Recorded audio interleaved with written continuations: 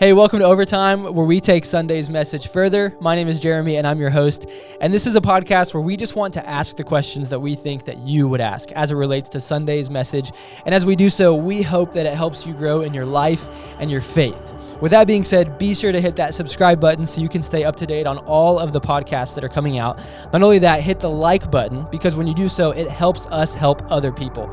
And if you ever have a question about Sunday's content or about Overtime, you can submit those to overtime@npaustin.com, and we will be sure to get to those in future podcasts. So with that being said, here's a quick recap of Sunday, and then we're going to jump into our conversation today. So I thought, let's end this series with a couple of questions I want us to consider this morning. Where are you in this division? And probably one of the most famous ways that he did this is a lesson he gave to a Jewish expert in the law when he gave the parable of the Good Samaritan. What must I do to inherit eternal life? Love the Lord your God with all your heart, with all your soul, and with all your strength, and with all your mind. And love your neighbor as yourself. And who is my neighbor? Do you typically find yourself trying to narrow your scope of who you're aligning with? Or do you open up the opportunity to figure out who your neighbor might be? And do you really know who your neighbor actually is? Or are you, like the expert, trying to narrow that scope, recognizing your enemy? And this morning, I want to say, recognize who your enemy is not, and slow down enough to become intentionally curious, right? To choose curiosity every time you can. And I actually believe that will change the temperature of our culture.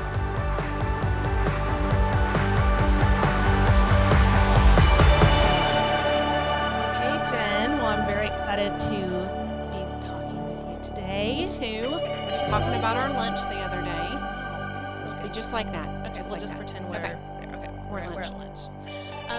But this is perfect because then we can just chit chat. You talked this week about knowing your neighbor. So I thought it'd be fun for us to kick off our conversation with a few things maybe about you, and maybe about Tennessee, because you did reference Texans and non-Texans. Yes, which especially in the first service, elicited this. You got pretty applause, intense. didn't you? Well, I mean, I don't know that I got applause. I think Texas got applause. And I had to stop for a minute and be like, did we just do that? We just did that. We just applauded a state. Well, you fall in the non-Texan. I am a non-Texan. Okay. And honestly, I never really realized that I would be passionately a non-Texan. I don't dislike Texas or dislike Texans, but I feel like there's something about when I crossed over, I literally remember moving here.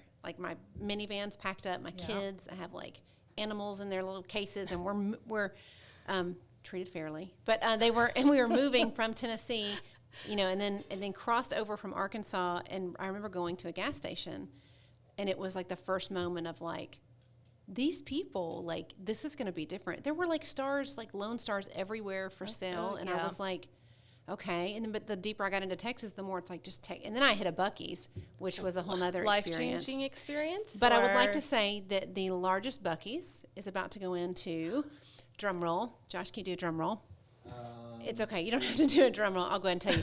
It's going into East Tennessee. Really? The largest Buc-ee's in the nation because will be we need in a bigger East one? Tennessee. Okay. I don't really know what's happening in East Tennessee either. I'm from Central Tennessee. Okay.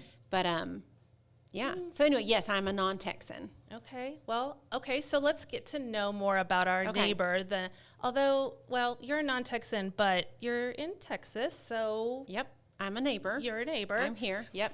Okay. So I have some assumptions about people from Tennessee. Okay. So I thought we'd start there. I love this. Okay. I'm not prepared for this. I know. I'm excited. I thought I'd change it up a little. Okay, so good. If I didn't know you, and all I knew was that you were from Tennessee, I would assume that you love country music. Is that true? Okay. So, yes, for most people. Not necessarily for me. Okay. Because I think, so I'm not just from Tennessee, I'm specifically from Nashville. And so just as kind of Cedar Park, Leander area is to Austin. Okay. That's where I kind of grew up, just a little, a little bit northeast of Nashville. So country music was everywhere, in everything and what everybody does. And so by nature, I think my personality is if everybody likes it, I'm going to kind of have to. Wow. Not saying that's healthy. Okay. It's just a part, especially in my teenage years. Okay. So no, I don't listen to country music. I did in the 90s. Okay. So like, and I'm not going to date, well, I guess I just dated myself, but I did like, I'm like a Martina McBride, early Faith Hill, like that kind of stuff. Yep. Yes. Okay. Today's country, Not so much. But not because I don't like it, just because I just don't listen to it. But no, it is not safe to assume that everyone from Tennessee likes country. But so I should not make assumptions about. don't. That was yes. Okay. That's well, not here's fair. another assumption then that I made. Okay. That you are from the Bible Belt, so you must be very religiously charismatic. Is this true? That's a loaded question. There's a lot of layers to that. First of all, even just the term charismatic has its own layers. So I do think that Tennessee, or Nashville in particular, even again, is the buckle of the Bible Belt. Because you have a lot of like the Southern Baptist Convention is housed there. A lot of like main hubs for a lot of the mainline denominations are housed there. So I would say that the majority of people have a religious context, for sure Christian, and for sure evangelical Protestant Christian, right? So that's the majority. I wasn't raised in church, so definitely felt on the outside of that world. And then I married someone who's from New York who was raised Catholic, and we had like one Catholic church in our town. So yeah, I don't think you can assume anything, right? Like, well, I mean, we know that, but I'm just saying, like, yes, a lot of people will be familiar with religion, and specifically probably very familiar with Christianity. Probably most familiar with Baptist, or like kind of the non-denominational kind of bend. Gotcha. So, okay. So my assumption again was not well, correct. no, I mean, I think that was a better assumption than the country music one. Okay. More people are probably familiar with Jesus in Tennessee than. And also, we had Carrie Underwood, and she told us to let Jesus take the wheel. This is true. And so we all just started doing it. Yeah, you're right. Yeah. Okay. All right, that's fair. So then I'm also going to assume that your barbecue there for you is only pork. It's not beef. That's the only kind of barbecue that's decent. Do you feel this way? So there's Tennessee barbecue and there's Memphis barbecue. Okay. So Memphis barbecue is like largely ribs. Okay. And I would say growing up, I thought barbecue just meant a style of cooking things, not necessarily brisket, which moving to Texas, I think week 2, we went to a barbecue festival. Oh, yeah. And it was all brisket. So I was super confused because that's fair. Yeah. We had brisket. I mean, it wasn't like, what is this? But I also I thought there was like a wider context to the term barbecue. Gotcha. So, okay. Definitely different. Okay. Well, one more assumption. Oh, okay. Okay, one more, and then we can wrap this assumption thing up.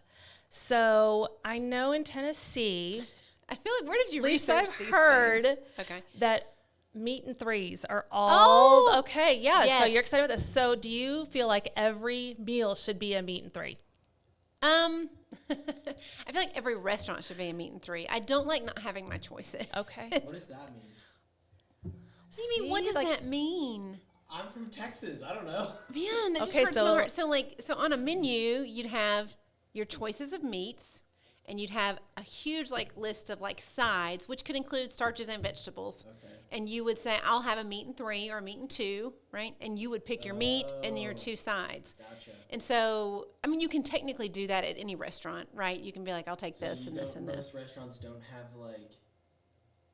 plates or whatever that you. No, we eat on plates. No. We're not barbaric. Although, I mean, Texas barbecue's on a piece of butcher paper, yeah. So we do. I mean, I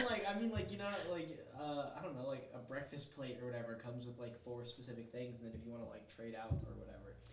It's not that we don't have that. It's just that country restaurants, I don't know. It's just you just have more meat and 3s. I've been to Tennessee a lot too. And you've never been to a meat and 3? I guess not. I don't know. You've been to Puckett's? No. So I mean, I don't know. Even just there are definitely some food things that feel super Southern about Tennessee, and Texas feels like it's kind of a little bit. It's just different. It's a different kind of South. That's true. Right? Yep. So, yes, I do miss meat and 3s. You can assume everyone in Tennessee has been to a meat and 3. Okay, good. Not if you've just visited Tennessee and done the touristy things. I'm very disappointed for you. Well, okay, I went to Cookeville, which is You went to Cookeville? Yeah. Did you go to the college there? Why did you go to Cookeville? No. CrossFit stuff. It's Cookeville, not Cookville. Cookville. Oh. Try it again. Cookville. There you go. Just so you know. But have you been to a Cracker Barrel? Yeah, but that's like a Texas thing too. I mean, well, it's not from Texas. No, from it's Texas, not. but, like, Not it's like everything's southern from thing. here. No, it's actually from Lebanon, Tennessee. But its menu is like a meat and 3 menu. You can choose. It's like go. Have you been to one in Texas? Yes, I just went to the one in Round Rock the other day. Like if you go to lunch, it's like choose a meat, choose a number of vegetables. They just don't call it meat and 3. Only been there for breakfast, and it's like order pancakes with a side of sausage. I don't know. You know, the other thing is here, like I feel like you guys undersell biscuits. Like biscuits aren't really a big thing here, and they are a huge thing in Tennessee. Biscuits are like, The thing. yeah. I moved here, and people are like, oh, breakfast tacos. And I'm Yeah. like, you mean like a breakfast burrito from Sonic? No. Like that's like the Do same. not call it a breakfast burrito. It's the same thing. It's like you just put eggs in a Sacrilegious. flour tortilla. So, Oh, okay. yes, meat and 3s. That was Okay. That was a good one, huh? Yeah, you nailed that Okay. assumption. All right. Yes. All right. We Well, should open up a meat and 3. I can't cook, but we should totally find someone we that can can. cook. I was gonna say Mick. Yes, a meat and 3. I've had that bacon. Nick is from Texas, though. He's not gonna do a Tennessee thing. I feel like you underestimate our persuasiveness. I'm sorry, yeah, No, we're not. We can make this Tennessee happen, yes. Josh. Okay. But anyway, okay. Well, Moving thank you. on. Yes, Moving on to the actual topic. to the right, actual okay. topic. Yes, but I thought that was a fun way to start us talking about what you more seriously talked about on Sunday, knowing our neighbors. So over this series, we've talked about knowing what is, knowing who our enemy is and who they're not, knowing ourselves and knowing the alternative, and then this week, knowing our neighbor. So you had mentioned there are two ways of thinking, binary and directional. Can you review that and tell us a little more about how we can move our thinking from it's either us and them to maybe more an explorative like way of thinking? Okay. Wow. So just to recap, so binary would be how the majority of our brain functions, right? And we thrive in binary thinking. So it's comfortable, it's safe, it's sequential. So it's yes, no, this is what I do, this is right, this is wrong, stop, start. Yeah, and so any kind of like binary, so you like two ways of thinking. And our brain almost will automatically do this. Like you either stop or you start. It's either yes or no. And so directional thinking is more like I can go in this way, but I can see that there is another way, right? Like I can actually split the direction of my thought pattern, and I can go, okay, so you could do this or this. And while we're like, of course, well, we understand choices, but we even almost put our choices in like, well, there's a right choice Right, and a wrong yep. choice, right? So when I think about, I think the beauty of us as a species is we are wired that we can break instinct. We're not bound by what our animal instincts tell us to do, right? Although we can easily default to those without recognizing.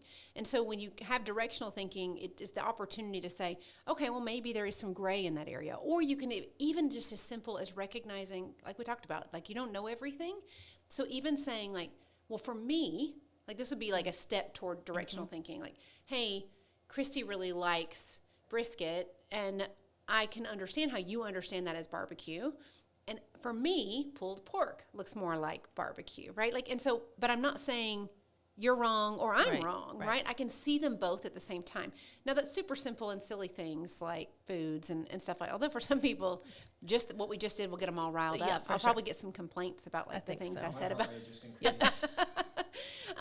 But when it comes to things that we're a little more passionate about, or we feel like there's more of a risk in the conversation, like how can you vote this way? How can you be okay with this? And then we start saying things like, well, then you must be brainwashed because this is right and that is wrong. Or you must be ignorant, or you must be stupid, or you must not care. So then we just like layer binary Right, thinking yeah. on top of each other. It's like, well, this was right and wrong, and you missed it. So then you are either in or out. And then we layer an extreme of like, you're either stupid or not, right? Right. And we just keep the ball rolling without recognizing that we're even doing that. Yeah, for sure. And it's interesting though that how quick we are to like make an assumption and not think about the other, like us. Would we want that done to us? Oh, and yeah. we lose that. It's almost like we forget that there's a person on the other side, right? Of the, whether it's a value or an opinion or an experience, it's just like right or wrong. And it's my way is usually right. Yeah, and we dehumanize people, right? Right, So you for become sure. your opinion. Right. And or you become your choice. Did you get vaccinated or not? I'm not asking. I'm just saying, Right. did you get vaccinated or not? And now I look at you like that. I don't see Christy. Right. And just like, I just had a conversation with a teenager the other day about like, please remember your mom is human, right? Right.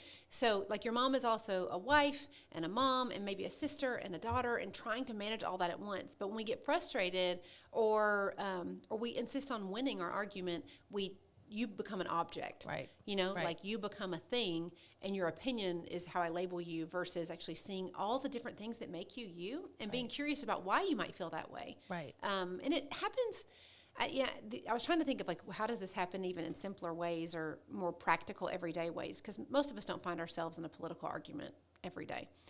I hope not. Right. But even in like my husband in our marriage, for the first 10 years of our marriage, one consistent argument was on finances. I mean, it came up all the time, right? But I think part of that was because I was seeing him as what he was telling me to spend and not spend, as opposed to understanding, how he was raised and what he experienced feeds into how he understands money. So when I started to say, how is he seeing money, as opposed to how is he trying to get me to see money? It made a big difference. Yep. It didn't solve everything, but it at least gave me an opportunity to have like, okay, there's a different perspective there. It's not just him trying to put that on me, kind of thing. Well, and I think that's one of the things that we kind of forget, and you kind of hit on this Sunday, but we forget to kind of see what our part is in the assumption or in the division. And so we have this, like what we really need to be asking is, where is this tension coming from? Yeah. Right. Where, is it an experience, to your point? Is it, because I think when we lose the ability to ask the questions, to become self-aware enough to say, okay, I feel this way about this person or this group of people, where is that coming from? Yeah. I think when we lose that ability is when it's very easy to forget there's someone's daughter, sister, mother, brother, husband on the other side of this, and we just go straight to an assumption or a hate in a lot of cases. Yeah, I love the word assumption. I think, like, as I'm listening to you, I'm thinking, if we could just slow down enough to even just ask ourselves, what is my agenda in this conversation? And recognizing that, like, am I trying to force someone to change their mind? Or am I trying to get someone to persuade someone? Am I trying to win an argument? Or is my agenda to get out of this conversation as fast as possible? So I'm checking out, I'm minimizing my idea. And then also, what are my assumptions right now about this person, about this topic, about my own information? And we do this. I mean, I don't know. I just feel like we do this. We walk around with our agendas and our assumptions in our back pocket and don't question them at all, right? Yep.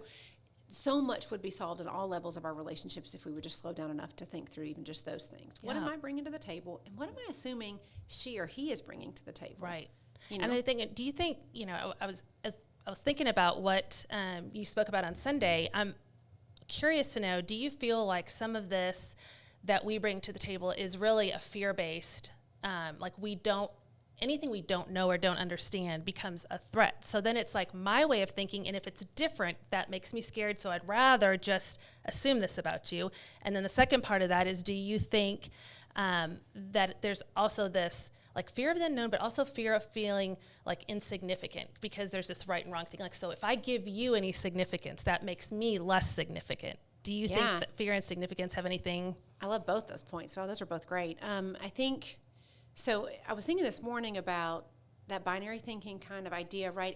And our brain is designed to operate on fear, right? Like we survive through fear, like that tiger is chasing me, and that I have to figure out how to survive, right? Like just think early civilization. So that's most of us are probably familiar with this fight or flight response. Right. Yes. Now we see that in trauma, and we see that in huge crisis, and we see how that manifests in big ways, but it's still happening. Our brain is still functioning on that in tiny ways. Right. So when that thing gets our attention, when that Facebook post makes us frustrated, immediately we're either in fight or flight, right? Flight would be, I'm done.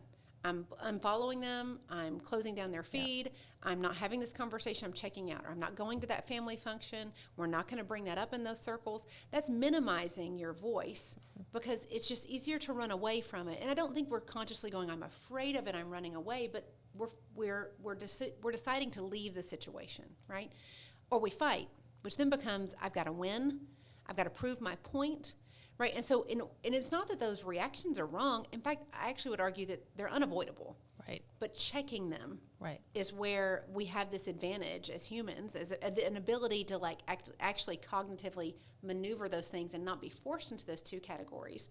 And then I would add a layer that as Christians, if you consider yourself a Christian, Like, this is what Jesus is like constantly fighting, right? He's like, we are either for or against, or in or out, and Jesus is constantly going, stop all that. And so the leaders of his time want to go, okay, well, then you tell us who is in and out. It's like, I don't want to tell you any of that. I just want to care for these people.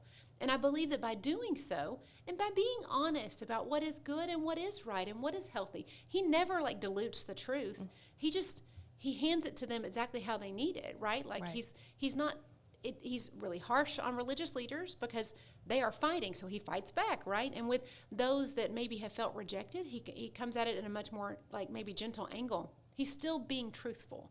And I think that's what we have to wrestle with. It's like, you have to bring your voice and show up, but how you show up is what's actually going to have the result, right? For sure. Yeah. And I don't know. It just seems like we are very quick, and I say we because everyone does it. I do it too. We're very quick to come to the, like there has to be a label for it. Like it has to be right or wrong. It has to be good or bad. It has to be winning or losing. Instead of saying, that I can disagree with someone, and it's not everything is a win-lose situation. Yeah. No, absolutely. And I think that we are always feeling that dynamic pull. But even the other day, I was having an argument with one of my teenagers, and I totally don't agree with a choice, right? And I said, I can absolutely not agree with you. I can even, to a point, not understand you and still 100% absolutely love you. Right. And we would do that. Now, that doesn't mean you get to do whatever you want or you get to treat me however you want. But it does mean I can do those two things at the same time. But the world tells us no. Right. And with your other point of, I think we fall into this trap of bad math. Like, if she has this opinion, then she must think I'm this. Yes. I always am cracking up at how people make assumptions on what my political background might be, or who I might have voted for or not.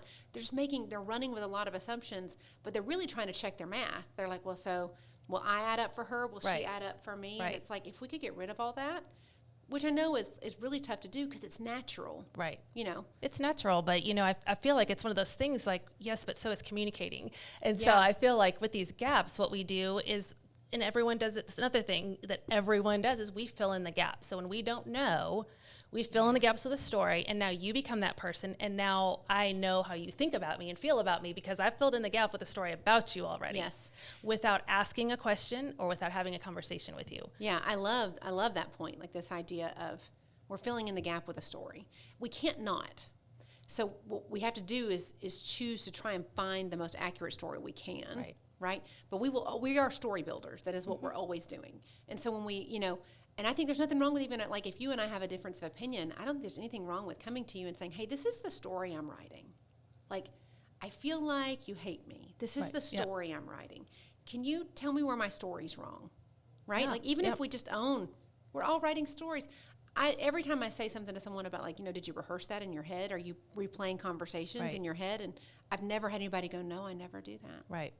I think maybe probably one person I probably wrote the story that they're lying. So I'm just no, we're always writing stories. Yes. And when we don't strive to write the best story, then we're going to end up frustrated. Right. And people are always going to come up short. Yeah, for sure. And I think that our stories that we come up with are based on our experiences and on our, it could be an upbringing, it could be, something at home, it could be something in the workplace, whatever. But we have this experience, and then we broaden it to all without pausing, to your point, asking the question, becoming curious, and considering that it's possible that the other person has a totally different thought or reason behind the story rather than the story that I created for that person. Yeah, I would actually say not only just possible, but highly likely. I'm not really like a statistician, but I really feel like the odds of you actually, because you just can't. Right. Because one, we're always rewriting the past.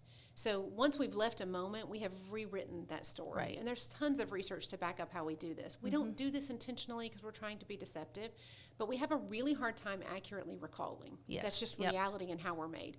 And part of that, I think, is because God is like, I want you to learn from it, but also move on. Right. So he's like, so I made it where you can kind of get it. Yep. But also there's some dangerous stuff in there, right? Where we rewrite a bad story. Mm-hmm. Or even, I was talking to my mom, and when I was younger, she put me in therapy for a season. And I remember talking to her on the phone just about like a year ago. And I was talking about when I went in therapy, and she said, well, we put you in therapy. And she gave the 3 reasons. And I was like, that's not at all what happened. Right.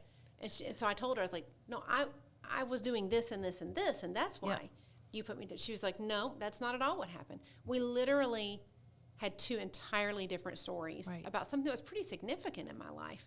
And it wasn't, in that particular conversation, wasn't about pointing fingers or blaming. It was just literally different facts, different information, Right. and a different timeline. And so if that can happen with the people you love the most, For it's sure. definitely going to happen Yeah. with someone that you barely Absolutely. know, right? So Absolutely. And I think we all bring in our insecurities, and that is kind of the foundation for our story too. So is it, I'm not loved, I'm not accepted, I'm not smart enough, fill it, whatever it may be. Our insecurity also dictates what we fill in the gap with to fulfill what we falsely are believing, the lies Yeah. that we're believing. Yeah, I mean, you never come into a room alone. Yeah. I mean, you never show up alone. You are always bringing either something that just happened at home, or you're bringing a teaching that you had, or a script you're following from your childhood, or maybe a mantra that you've stuck to, that something someone always said to you, or a reaction you had. You never enter a conversation without about a million voices behind you from your past. And the question is going to be, how aware are you of those voices? Right. You know, and the more aware you are, I think the better equipped you will be to handle those conversations. For sure. And I think the awareness is the hardest part. I mean, I think it's, we all have these blind spots, or blinders on that it's very easy for us to see other people's issues or what have you, but it's hard to see our own, Yeah, we're we're super good at it. Yeah, for sure. But, I think that the self-awareness part is key if we're ever going to kind of bridge the gap in the divisiveness we have. It has to be where we're self-reflecting to, what is my part in this? Where did that come from? There was a list of questions that I saw that I thought they were great to ask yourself when you're trying to become more self-aware. Yeah. But what do I believe? When or where did I learn that? What does God say about that? And how will I walk it out? And I thought, and the walk it out was more like, okay, well, what does God say about that? Because that's the truth, Yeah. right? And then how am I gonna now? How does that change how I feel? What am I gonna do about that? Yeah. Because you can be self-aware and not do anything with that. Yeah, absolutely. Yeah, But those are great questions. I feel like if we're gonna bridge this gap, which does not mean we all have to agree on everything, yeah. but how are we gonna bridge that gap in a way that we can still love each other and be respectful and see value in each other and still disagree? Well, and I know for some personalities or people that probably maybe isn't an objective. Like they're like, I don't care if I agree with Right, you, or if I see right. value in you, or you see value with me. I do. I'm going to take care of my side of the street. You take care of yours. But I mean, if we feel in any way tugged to change any of that, like if we saw that stuff on the screen, there were all these issues that have all this tension. If we are passionate about any level of any of that, the only way we're going to change is through relationship. For sure. The reason we have systems and structures that are broken is because everything is built on a system or a structure, and that's all built on relationship. Right. I was talking to Matt Keeney Sunday morning, and he made a comment, and I just thought it was so good. He said, we typically, when we don't agree with someone, we typically think, how could they? Or why would they, vote that way, make that choice, do this, not do that? And he just said, like, it'd be cool to also actually ask that question, like, help me, like, Right. and why can't I talk to them is a good question to ask too, because we typically go with the how could they, which we're not really asking. We're just making a statement when we Right. do that, So what are some ways, do you have some ways that because I think that does happen often, where it's like, how could they? That's where we start. So how can we kind of bridge that gap with people that maybe aren't as open to having that conversation? What are some, do you have any tips or tricks or suggestions on how do we bridge the gap and start communicating with people who maybe feel differently than us without the defensiveness, without the how could you? Any thoughts on that? Yeah. So they're going to probably be pretty typical and pretty cheesy. So just tolerate them. I mean, it's such an answer for a pastor to give. Like, you have to be, for me, I have to be grounded in my own conversations with God. So starting a conversation, how could they, is actually a great way to start a conversation with God about that. God, how could Christy think that way? How could Christy have said those things? And then giving pause enough to listen and to learn how to hear those responses. I've been doing this, there's a thing called Emmanuel journaling, and I don't actually like journaling, but I've been trying to do this format because it's kind of engaging in this dialogue with God in a way that brings just some clarity and some peace to some certain situations in my life. And so just kind of asking that same question, how could they, to God. And then the other thing I would say is practicing those conversations. But, every time someone has come to me for, whether it's a counseling in a marriage issue or a work dynamic or dealing with their kids, 9 times out of 10 when they come to me and they tell me what's frustrating them, what they say is almost so perfect. Because they come to me and they say, I'll use Josh. They'll say Josh and I had an argument. And I know that Josh is great, and I know that Josh isn't against me, but when he said this, it made me feel like this. And I just want to look at him and say, you have no clue how bad that hurt me. Yeah. And as I'm sitting and listening to people, I'm like, oh, that all sounds so good. You should totally, I think we discount the fact that we can have disclaimers and caveats, like, hey, I am terrified to have this conversation with you. I'm terrified because this is a divisive topic. In the first service, I mentioned a friend group that got broken up. Literally, people moved neighborhoods because of the topic around COVID. But the problem was no one asked any questions. Right. They just formed their camps, assumed alliances without having conversations. Yeah. And I think, what would it look like just to have said, hey, I know you and I think we differ on this. And first, I need you to know that I'm okay if we're different on this. But I do want to learn, and I do want to grow, and I also I don't want to sacrifice relationship. Right? I want to move. I have to choose relationship every time. That's what God does. God's like, hey, I created all this stuff. It was great. You didn't really trust me with it, but I choose relationship. And hey, I separated you I set you apart as a group of people, and you didn't listen to me then, so you had to wander a little bit, but I'm choosing relationship. And I keep choosing relationship all the way to the point of the cross. Right. And if you consider yourself a Christian, like that's what you're supposed to be doing, right? Like choosing relationship all the way to the point of the cross. Yeah. And so I think, one, getting that time with God, and I'm not so cheesy. I just feel like, I'm sure you're going to say, like, have your quiet times, but like, it just works. Right. Yep. And then 2, you probably are already having the conversation well. Even if you said, like, hey, Josh, you hurt my feelings. I'm super passionate about this, and I'm really angry, so forgive me if this is about to come out. I just need to get this off my chest this way.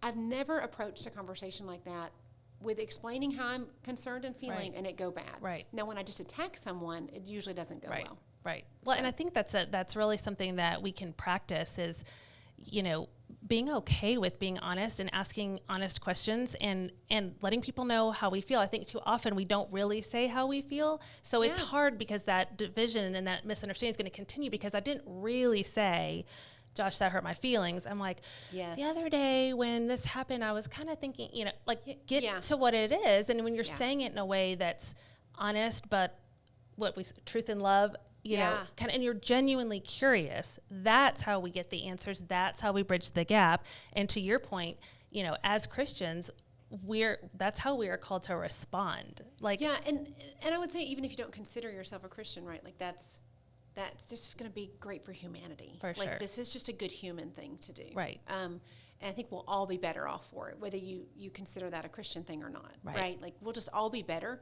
when we can have better conversations. Yep, for sure. And I think it just takes practice. It's something we have to be aware of it, and then we have to practice it. And don't be embarrassed that you have to practice it. I practice conversations with myself all the time. Yep. Sure, and I think it's like she's talking to herself again. Yeah, I do the same thing. My kids, Yeah. Like, yeah.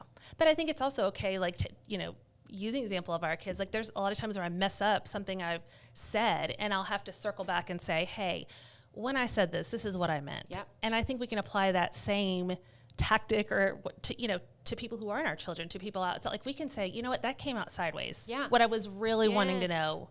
I love that. Admitting that came out sideways, or hey, can we take a time out for just a second? Yes. And because I don't want to sacrifice relationship. Yes. To make for either of us to make a point. So let's just pause, and then we're gonna in like 10 minutes. Let's come back. Right. Like there's nothing wrong with that. It's actually so healthy. And I find it funny how when like couples are arguing, we'll do that a lot in couples counseling. I'm like, what if you did a timeout?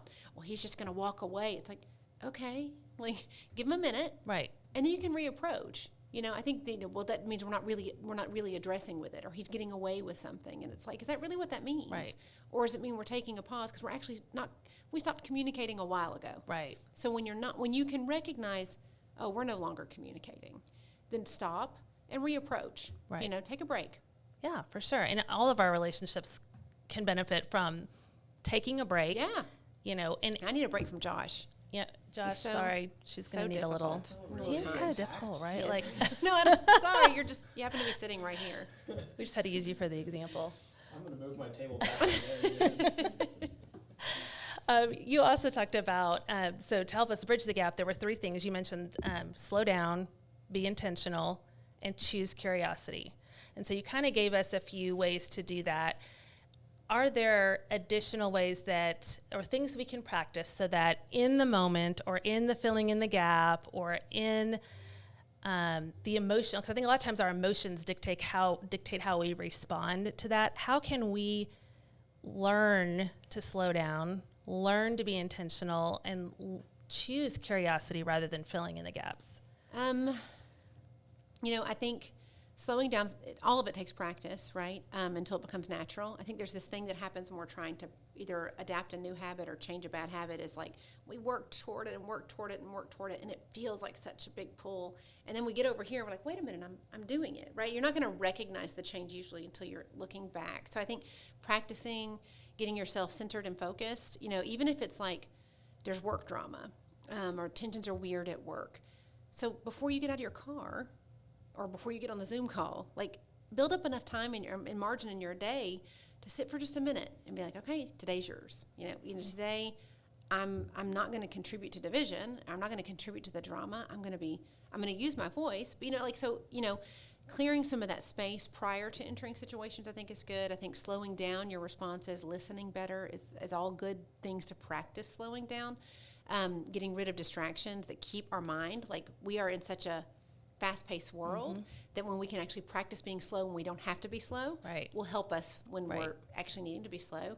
With being intentional, I think the reality is some of us aren't surrounded by people that think, look, or vote differently than us, or have different beliefs than us. We're just not in a lot of proximity. So Right. the question I have, I don't think that means we have to run around and start making friends like with all sorts of different kinds of people. I think that would be beautiful, but I think a lot of us don't have the capacity to do that. So I would say that, if you have that opportunity to have honest conversations, when the racial tension popped up, we have a few friends that are African American. I don't have a ton of black friends, right? But I have a handful, and instead of just sitting back and watching, I wanted to ask. So we just had them over for dinner, and we were like, we're going to have a super awkward conversation because I just have so many questions, and I didn't grow up the way Right. we had different experiences in life. No different than, I remember my husband having a work situation dealing with women at work, and he was like, can I just ask you about women at work? So I was like, oh, they're so fun.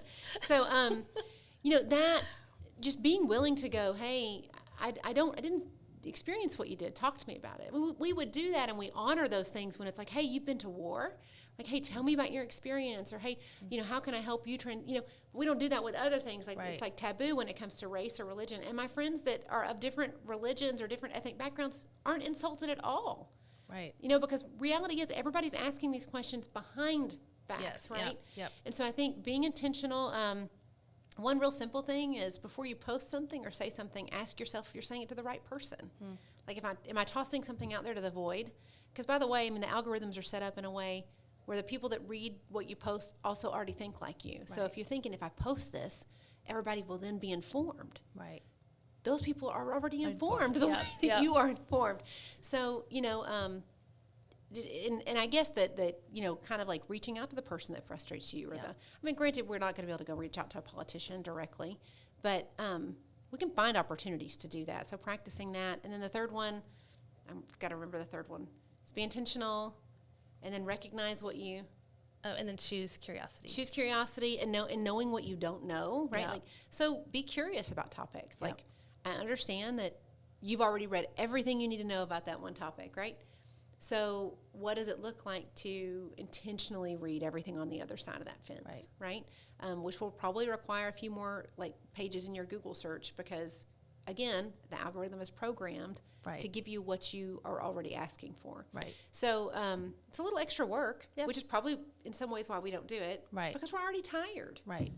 Well, and I think we look for all these things out here that we can go do and change. And, really, it's one of those very basic, it really just starts right here. It really just starts. Yes. It's not another post.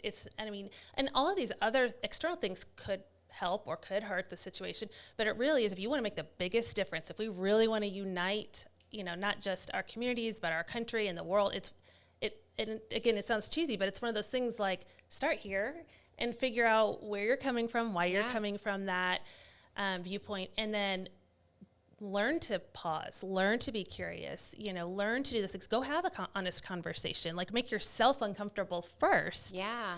And be educated on these things. And really just at the end of the day, remember it's another person on the other side of whatever it is that you have an opinion about or a division with. Yeah. I saw a quote once. I love it. It says, "You will never look in the eyes of a person that God does not love." So if you stop for a second, I want you to think about that family member you've written off through all this drama and tension, or that group you've written off, and I want you to picture yourself looking at them and reminding yourself that God absolutely adores them. Yep. And you will never look at someone that he doesn't. Yeah. I mean, like, I don't care how much you disagree with them, God loves them. Yes. And so it's tough. Like, if I recognize that, man, no matter how much Josh, we'll pick on Josh again, Josh gets on my nerves. Like, when I look at him, I'm looking at someone that God loves. Yes. And that God is pursuing. Yep. Yep. And Mother Teresa says something really similar to that. She said every time she sees a human being, she sees Jesus. So she's like, that would be very hard for all of us to do all of the time. We are not Mother Teresa. All Josh is. However, Josh is. Teresa. You're right. He is. That's a hard thing to do. But even it's like, no matter what habit, we'll call this a habit that you're trying to change, it's like one small step first. So if the very first thing we did was to say, okay, from now on, every time I look at Josh, I'm going to see Jesus. I mean, it sounds silly, but there's layers to that, actually. I know. Very Christ-like.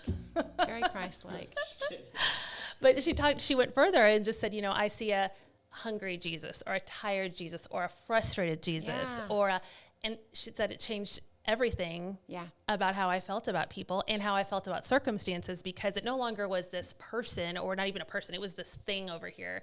But it was, if all of us were made in the image of God, then they too are Jesus. Yeah. So how would you treat Jesus that way? Yeah. And she made another statement that's like, it's specifically about America. She was here in the country, and she said that America will not get healthy, and it will not change until it starts dehumanizing people out of our own convenience.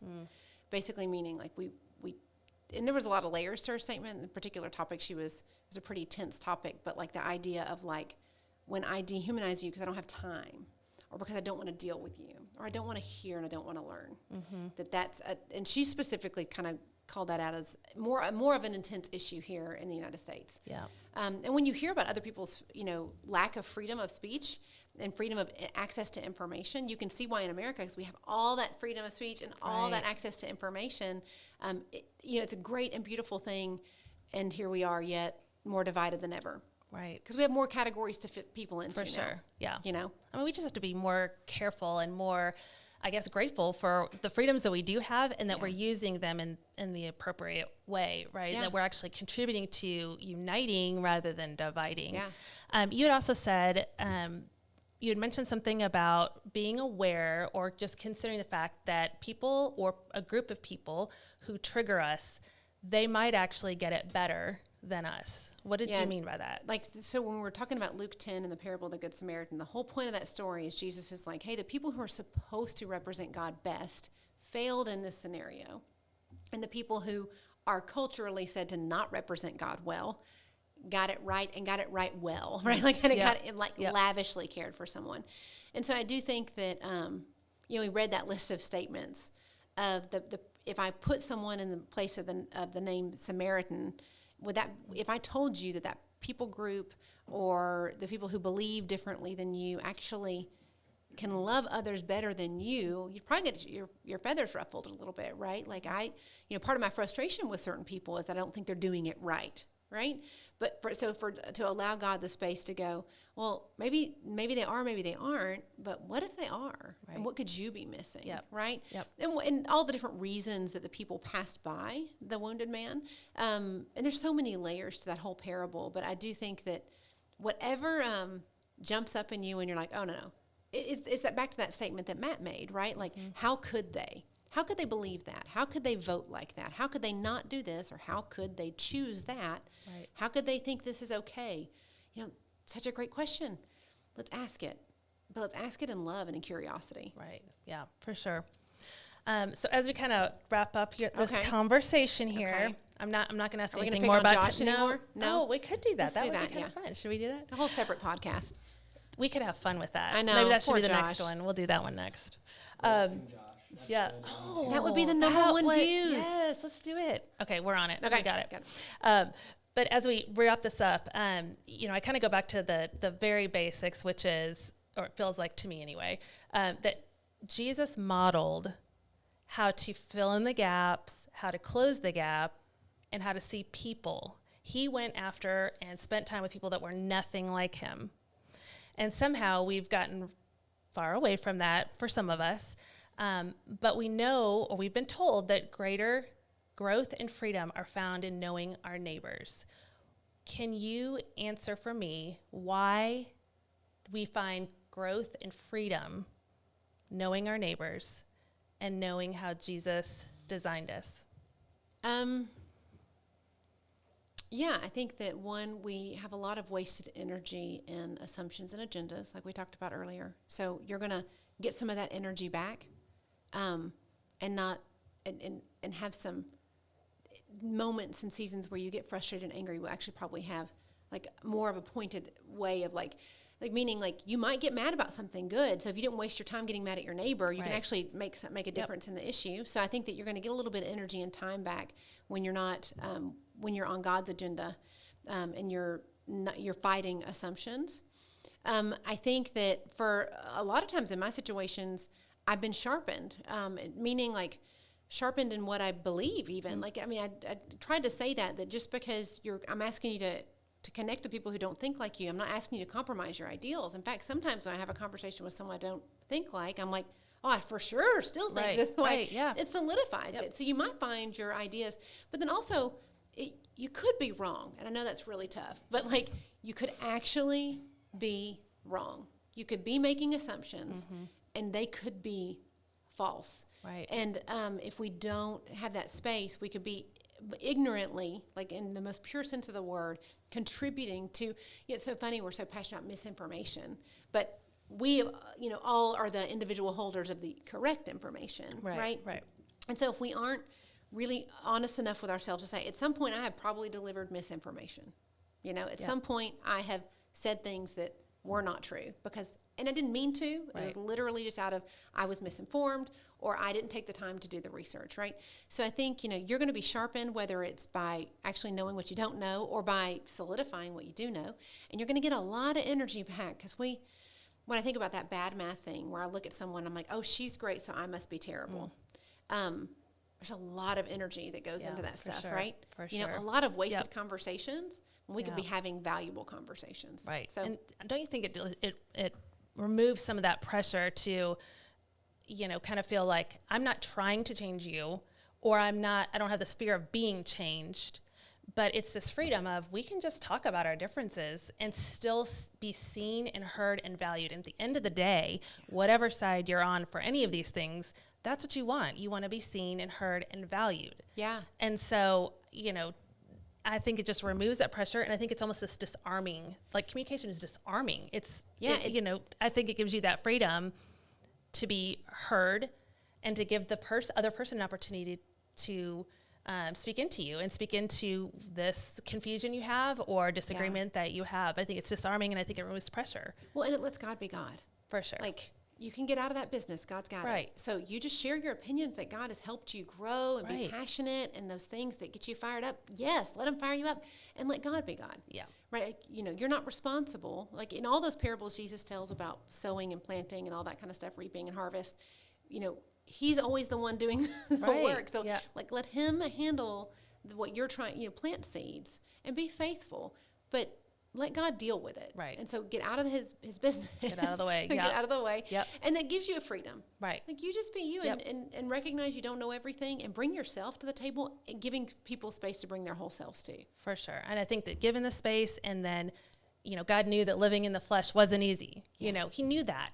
And that should help us to be more reliant on him. So I think the space, and then just going back to like, God's big enough to handle this. I'm not. Yeah. But he is. Yeah, I think it's funny how much we fight the fact that we say things like, seek first the kingdom of heaven and all things Right. will be added. But then we're like, but we're going to control everything Right. and make sure everything is managed. Yeah. And so I think, like, yes, getting out of the way and trusting. And every time I try and manage a situation or a relationship without God in it, I'm constantly drawn back to, well, you know, who do you really want to handle that? Right. You know, the creator of the universe or Jen or Josh? Yeah. Comes back to Josh. I was going to say Josh Josh again. can handle everything. Yeah. If you want Josh to handle everything, just like and subscribe. Oh my gosh, yes. Put in the comments below, I need Right. Josh to handle, and he will get right back to you. I He'll love handle that. everything. You can handle that, Josh? You got I it? can handle that. I love that. I hope, please someone do that. At least know. just one person be like, I need Josh to come handle this We situation. need lots of someones to do It that. could I be think like with a pet, or if you have like an issue going on with your I have an dog at expensive home. day rate, though, unfortunately. You're charging? I didn't know Josh. that I couldn't. No. That would be awesome. Oh my gosh. I hope Okay. lots of people do that. Yes, I think they will. I think they will. Well, thank you so much for having this Absolutely, conversation. thank It was you. really fun, and I thought Sunday's message was great. And I think, you know, if we can all just remember to know our neighbor, and we don't have to do it alone, and that person's made in the image of God just like we are. Love Gosh, it. can you imagine? It would like literally change It the would world. change everything. But So it's hard work, yeah. It is Yeah, we'll hard. keep working on it. yeah, we will. Awesome. All right. Thanks, Jen. Okay.